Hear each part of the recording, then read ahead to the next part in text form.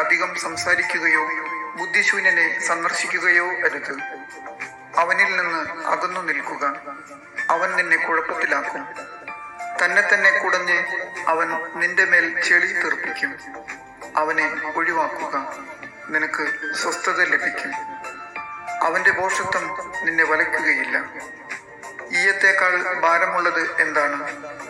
അതിന്റെ പേര് ഭോഷൻ എന്നല്ലാതെ മറ്റെന്താണ്?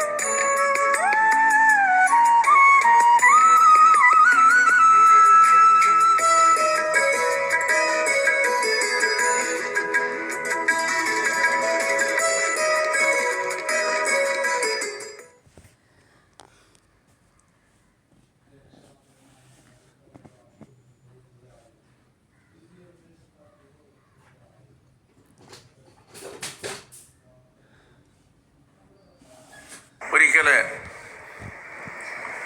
ഒരു കോളേജ് പ്രൊഫസർ കുടുംബസമേതം ഇവിടെ വന്ന് ധ്യാനം കൂടി. ധ്യാനമെല്ലാം കഴിഞ്ഞ് അവർ മടങ്ങിപ്പോയി. കുറേ നാൾ കഴിഞ്ഞു. ഒരു ദിവസം ഞാനൊരു പള്ളിയിൽ ഒരു ശുശ്രൂഷയ്ക്കായി പോയി.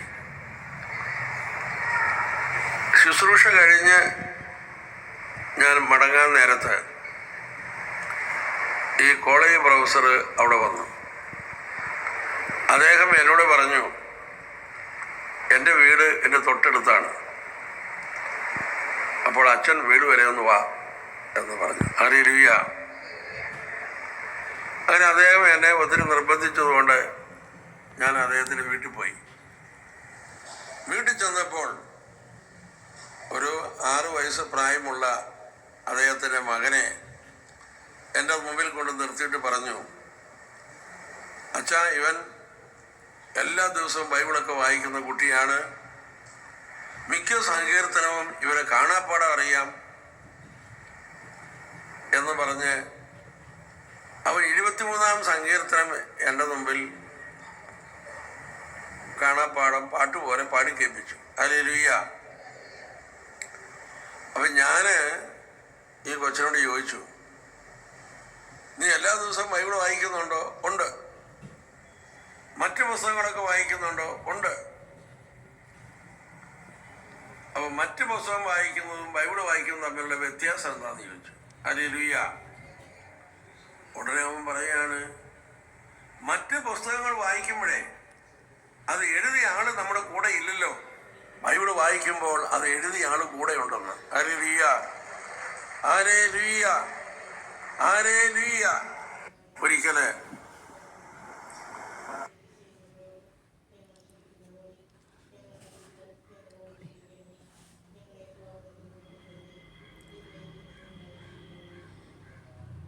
നല്ലൊരു ചിന്ത. മദ്യപാനിയായ അയാൾ എല്ലാ ദിവസവും മദ്യപാനം കഴിഞ്ഞ് രാത്രി വീട്ടിൽ നിന്ന് ഭാര്യയുമായി വഴക്കുണ്ടാക്കുമായിരുന്നു. വഴക്കിനെ തുടർന്ന് അവർക്ക് നല്ല അടി കിട്ടും. ഒരു ദിവസം എന്തുകൊണ്ടോ അയാൾ അടിച്ചില്ല. അപ്പോൾ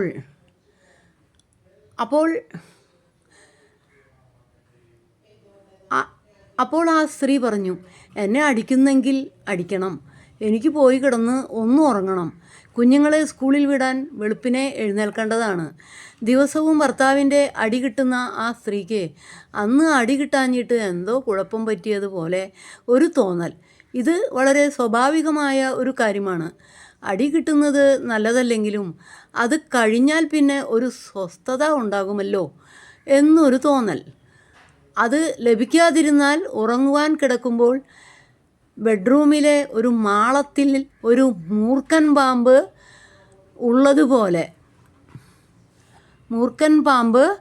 ഉള്ളതുപോലെയുള്ള ഒരു തോന്നലാണ് ഇത്. അടി ഇഷ്ടം ആയിട്ടല്ല, വരുവാനുള്ള അനർത്ഥം കഴിയുമല്ലോ എന്നൊരു ആശ്വാസം കൊണ്ടാണ്. പലപ്പോഴും ഇതുപോലെ പതിവായി സംഭവിക്കാറുള്ളതോ നാം കേട്ടിട്ടുള്ളതോ ആയ പ്രതിബന്ധങ്ങൾ ഉണ്ടാവാൻ വൈകുന്നിടത്തോളം സമയം ഒരു സ്വസ്ഥത ഇല്ല. അപ്പോൾ പരമപ്രധാനമായുള്ളത് സ്വസ്ഥത തന്നെയാണ്. അതിനുള്ള പ്രതിസന്ധികൾ ആദ്യം പരിഹരിക്കുവാനാണ് ആഗ്രഹിക്കുന്നത്. വിദ്യാർത്ഥികൾ പറയുന്നത് കേട്ടിട്ടില്ലേ, അയ്യോ, ഇനിയും 2 പരീക്ഷ കൂടിയുണ്ട്, അതും കൂടെ ഒന്ന് കഴിഞ്ഞ് കിട്ടിയിരുന്നെങ്കിൽ. കുട്ടികൾ തെറ്റുകൾ ചെയ്യുമ്പോൾ മാതാപിതാക്കൾ ശാസിക്കുകയോ ശിക്ഷിക്കുകയോ ചെയ്തേക്കാം. എന്നാൽ ചില സന്ദർഭങ്ങളിൽ അവരത് കാര്യമാക്കില്ല എന്ന് വരും. അപ്പോഴാണ് കുട്ടികൾക്ക് വെപ്രാളം, ഇനി എന്തായിരിക്കും പിന്നാലെ വരുന്നത് എന്നൊരു ആശങ്ക. മാതാപിതാക്കൾ ശിക്ഷിച്ചു കഴിഞ്ഞാൽ ആ പ്രശ്നം തീരുമായിരുന്നു. ഓരോ പ്രതിസന്ധികളും തീരുമാനമുണ്ടാകുവാൻ വൈകുമ്പോൾ ബന്ധപ്പെട്ടവർ തീച്ചുളയിൽ ആണ്. ആ പ്രശ്നമൊന്ന് തീരേണ്ടത് കുറ്റവാളികളായി എണ്ണപ്പെടുന്നവരുടെ തന്നെ ആവശ്യമാണ്. ശിക്ഷയേക്കാൾ ഭയാനകമാണ് ശിക്ഷിക്കപ്പെടുമല്ലോ എന്ന രീതി. യഥാർത്ഥത്തിൽ പ്രതിസന്ധികളേക്കാൾ അധികം നമ്മെ തകർക്കുന്നത് അവയുടെ അനന്തരഫലങ്ങളെക്കുറിച്ചുള്ള ഭീതി തന്നെയാണ്. ഭീതി ഏത് വിഷയത്തെക്കുറിച്ച് ആയാലും നമ്മെ തകർത്ത് കളയും. വധിക്കപ്പെടുവാൻ വിധിക്കപ്പെട്ടയാൾ അത് കഴിയുന്നതുവരെ സഹിക്കുന്ന വേദനയാണ് വധശിക്ഷയുടെ വേദനയേക്കാൾ ഭയാനകം. ഇത് വായിച്ചപ്പോൾ ഞാനൊരു കാര്യം ആലോചിക്കുകയാണ്. എൻ്റെ ഇന്ന് വരെയുള്ള 1995 തൊട്ട് ഈ നിമിഷം വരെ 2026 വരെയുള്ള ഈ കാലഘട്ടത്തിലെ ഓരോന്നും നല്ല കാര്യങ്ങളാണ്, നന്മയാണ്. പക്ഷേ അത് സമൂഹത്തിന് ഉൾക്കൊള്ളാനോ അംഗീകരിക്കാനോ ചിലപ്പോൾ കഴിഞ്ഞെന്ന് വരില്ല. പക്ഷെ ഞാൻ അനുഭവിക്കുന്ന വിഷമം പറഞ്ഞറിയിക്കാൻ വയ്യ. അതായത് ദൈവം ഒരു കാര്യം നമ്മളോട് ആവശ്യപ്പെട്ടിട്ട് നമ്മളത് ചെയ്യാതെ, ഇത് ദൈവമേ എത്ര വിഷമമുള്ള കാര്യമാണ്, എനിക്കിത് ചെയ്യാനായിട്ട് പറ്റുമോ, എന്താ വിചാരിക്കുക, ആൾക്കാരെന്താ വിചാരിക്കുക, വീട്ടിലുള്ളവരെന്താ വിചാരിക്കുക, വയസ്സായ അമ്മയപ്പനും എന്താ വിചാരിക്കുക, ഭർത്താവ് അകലെയാണെങ്കിലും ഭർത്താവും ഇതറിയുമ്പോൾ എന്ത് വിചാരിക്കും, അങ്ങനെ നമ്മുടെ മനസ്സിൽ കുറേ പ്രശ്നങ്ങളാണ്. പക്ഷേ നമുക്കത് ചെയ്യാതിരുന്നാൽ, ഞാനത് ദൈവം തോന്നിപ്പിച്ചത് ചെയ്യാതിരുന്നാൽ നല്ലൊരു നന്മയായിരിക്കും. ഞാൻ തന്നെ നോർമലല്ലാത്ത ഒരു അവസ്ഥയാണ്. അപ്പോൾ ഞാൻ എന്ത് ചെയ്യും? ഈ ഓക്സിജൻ കിട്ടാത്തവർക്ക് ഓക്സിജൻ കൊടുക്കുമ്പോഴുള്ള ആ സന്തോഷമാണ് എത്ര കഷ്ടപ്പെട്ടായാലും ദൈവം തോന്നിപ്പിച്ചത് ഞാൻ ചെയ്ത് തീർക്കുമ്പോൾ എനിക്കുണ്ടാകുന്ന സമാധാനം. ആ സമാധാനം കിട്ടുവാൻ ഞാൻ എത്ര സഹിച്ചാലും അത് ചെയ്തു തീർക്കാനായിരിക്കും എൻ്റെ പരിശ്രമം. ഇത് വായിച്ചപ്പോൾ ഞാൻ എൻ്റെ വർഷങ്ങളായിട്ടുള്ള എൻ്റെ ജീവിതത്തിലെ പല അവസ്ഥകളും, ഞാൻ പല വിഷമസന്ധികളിൽ ദൈവം ഓരോന്ന് എന്നോട് ആജ്ഞാപിച്ചിട്ട് ചെയ്യാതിരുന്നാലുള്ള എൻ്റെ അവസ്ഥയും അത് ചെയ്തു കഴിയുമ്പോഴുള്ള എൻ്റെ മനസ്സമാധാനവുമാണ് ഞാനിപ്പോൾ ഓർത്ത് എല്ലാവരോടും പറഞ്ഞത്.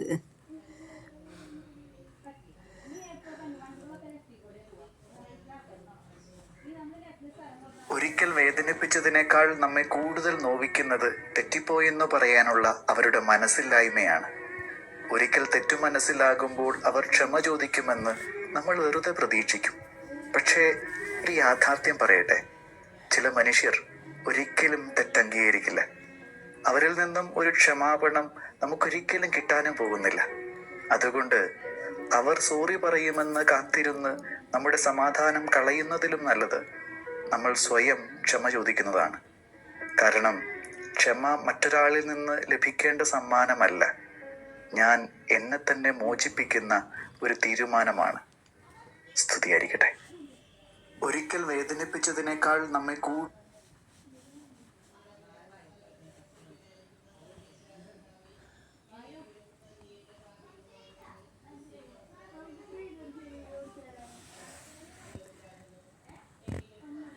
എല്ലാവർക്കും നല്ലൊരു ദിവസം ആശംസിച്ചുകൊണ്ട്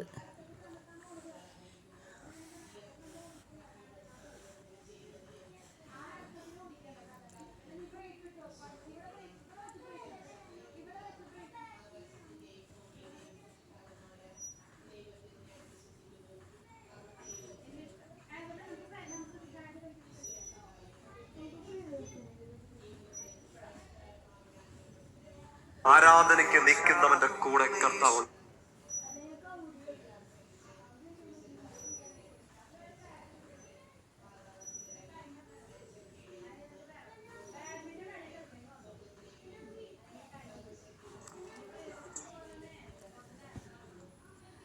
നല്ലത് വരട്ടെ, എല്ലാവർക്കും നന്മ ഭവിക്കട്ടെ. അനുകരിക്കാൻ എന്നെ അനുഗമിക്കാൻ അഭിലഷിച്ചിടുന്നോരേ, പരിത്യജിച്ചിടുവിൻ സ്വയം നിങ്ങൾ അനുദിനം കുരിശെടുത്തൻ പിൻപെ നടന്നിടുവിൻ. കാൽവരി മല ഞാൻ കയറിയില്ലേ, കുരിശു ചുമന്നു ഞാൻ നീങ്ങിയില്ലേ, കാരിരുമ്പാണിയിൽ തൂങ്ങിയില്ലേ എൻ്റെ പ്രാണൻ നിനക്കായി നൽകിയില്ലേ അനുകരിക്കാൻ എന്നെ അനുഗമിക്കാൻ പാരിലെ സമ്പത്ത് സകലതുമൊരുവന് കരകതമാകിലും എന്തു നേട്ടം നരകത്തിനെരിതിയിൽ തന്നാത്മം ദഹിക്കുമ്പോൾ ഉപകരിച്ചിടുകിൽ ലവയിലേതും കുരുടർക്ക് കാഴ്ചയും ചെകിടർക്ക് കേൾവിയും അടിമയ്ക്ക് വിടുതലും ഉദ്ഘോഷിക്കാൻ അഗതിക്ക് സുവിശേഷ നിധി നൽകാനൻ താതൻ അഭിഷേചിച്ചയച്ചെന്നെ ഈ മണ്ണിൽ അനുകരിക്കാൻ എന്നെ അനുഗമിക്കാൻ കുരുടർക്ക് കാഴ്ചയും ചെകിടർക്ക് കേൾവിയും അടിമയ്ക്ക് വിടുതലും ഉദ്ഘോഷിക്കാൻ അഗതിക്ക് സുവിശേഷ നിധി നൽകാനൻ താതൻ അഭിഷേചിച്ചയച്ചെന്നെ ഈ മണ്ണിൽ ഞാൻ നിന്നെ സൃഷ്ടിച്ച ദൈവം ഞാൻ നിന്നെ രക്ഷിച്ച ദൈവം ഞാൻ നിന്റെ പാതയിൽ എന്നും വെളിച്ചമായി നിന്നെ നയിക്കുന്ന ദൈവം